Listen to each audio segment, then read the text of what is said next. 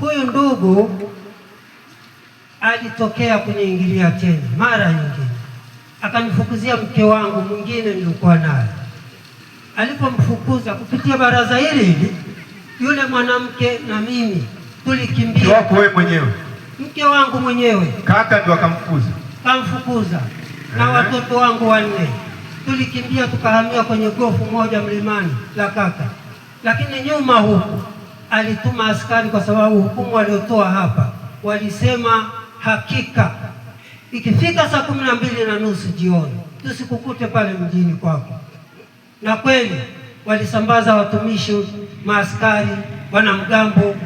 Kidogo nikamtumia mwanangu mdogo, nikamwambia kakae kwenye marago kuangalia kama kweli wale askari watakuja au vipi. Na kweli yule mtoto akavaa ujasiri, akakaa kwenye marago pale, akawatazama. Saa 12:30 walimiminika na silaha zao pale, wakanizingira. Lakini mimi kidogo nishakimbia. Kule tulikokimbilia huko nako siku ya 4 wakatufuata huko, mimi na mke wangu. Hawakutuona kwa sababu waliingiza tochi wakimulika kwenye dirisha, hawakutuona. Sisi tukajificha mvunguni huko. Kwa hiyo waliingia kwenye mlango mwingine, wakavunja dirisha, wakavunja. Walikuja watu gani? Ni polisi? Wanamgambo, na walikuwa 3 4.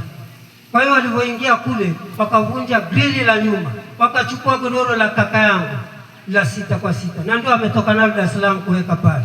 Wakachukua mbuzi beberu mkubwa kabisa na jike lake. Na unawafahamu? Siwafahamu mheshimiwa, kwa sababu ndugu yangu ndo kawatuma, mimi sikujua. Lakini kwenye mji wangu huku nako kulipopoa, tukaja tukaangalia, tukakuta gunia nusu la nafaka limeshachukuliwa, na mbao zangu ambazo zilikuwa nimeandaa kwa ajili ya kutengeneza ile hema ambayo imeharibika zote zimekwenda, na mabango yangu nilikuwa nimeandaa kwa ajili ya choo changu yote yamekwenda. Kwa hiyo nikabaki kwenye manyanyaso. Lakini hakuishia hapo, alitumia uwezo wake na nguvu zake, akanifungia maji miaka 2. Maji yale alipofungwa, mimi nikimbilia mafichoni Kidondoni, kajificha huko. Lakini huku nakuja na visia, kwa nini inakuwa hivi? Huko amepasua vizima vyangu 2 tena vikubwa, vimejaa maji, vikaangushwa vyote chini. Lakini wakati huo nikajitahidi mheshimiwa, baada ya miaka ile 2 nikarudi nyumbani kwa Kinyemela, nikatafuta namna ya kuweza kurudisha yale maji, na kweli nikafanikiwa kwa kumshirikisha diwani wangu.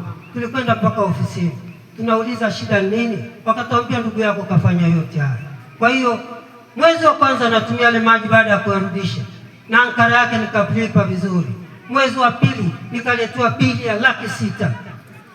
Mwezi mmoja nilihangaika kutafuta kwa nini nalipishwa bei kubwa kiasi hiki, lakini kila nikakwenda hamna na majibu nayopata. Hapo kuna swala la jinai OCD nadhani umelichukua. Watu wa maji, kuna swala la ankara kupanda nadhani umelichukua, tutataka majibu. Watu wa ardhi, kuna swala la ardhi maingiliano hapo, ambayo kuna swala la kisheria kama limeanza baraza la kata au nini, wekeni alafu mtatoa majibu. Hiyo ikoje? Niendelee mheshimiwa. Sasa usije ukamaliza peke yako kwenye mkutano, manake wananchi wengi wanahitaji.